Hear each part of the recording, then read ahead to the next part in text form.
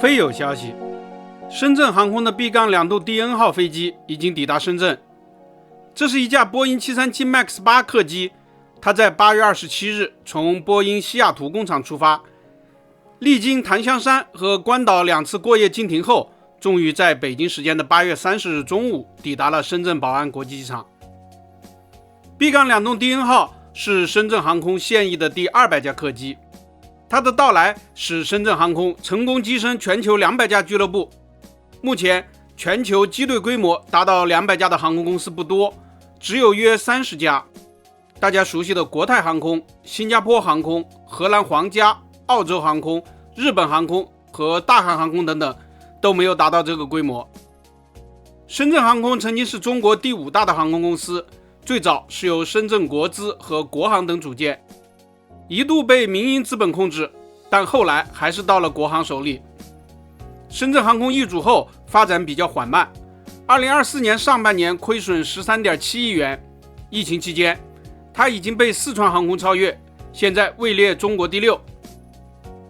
大约从1年前开始，深圳航空的机队规模便停留在了199架，飞友们都急切地盼望着它的第200架入列。深圳航空此前订购过一批波音737 MAX 8，目前接收了9架，还有约10架滞留，因此随时可能达到200架。本次回家的 B-2DN 号就是滞留飞机之一，该机出厂于2019年的12月，已经在波音公司趴窝了约5年。在中国，一架波音737客机一般来说5年时间能产生约8亿元人民币的营收，但是由于属于主动推迟，波音公司可能不会给付任何赔偿。但无论如何，回来了就是好事儿，终于可以载客赚钱了。深圳航空的滞留队列中还有几架也将近5年，估计也将于近期回国。波音737 MAX 8比上一代的737-800要省油约 15%， 可以大大的降低成本。但比较尴尬的是，现在暑运结束，机票价格呈现下降趋势，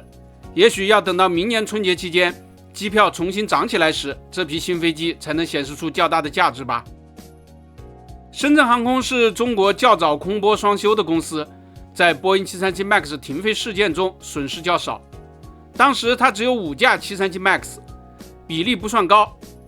一些航空公司，例如厦门航空和海南航空等，因为至今仍然无法订购波音737客机，受影响不轻。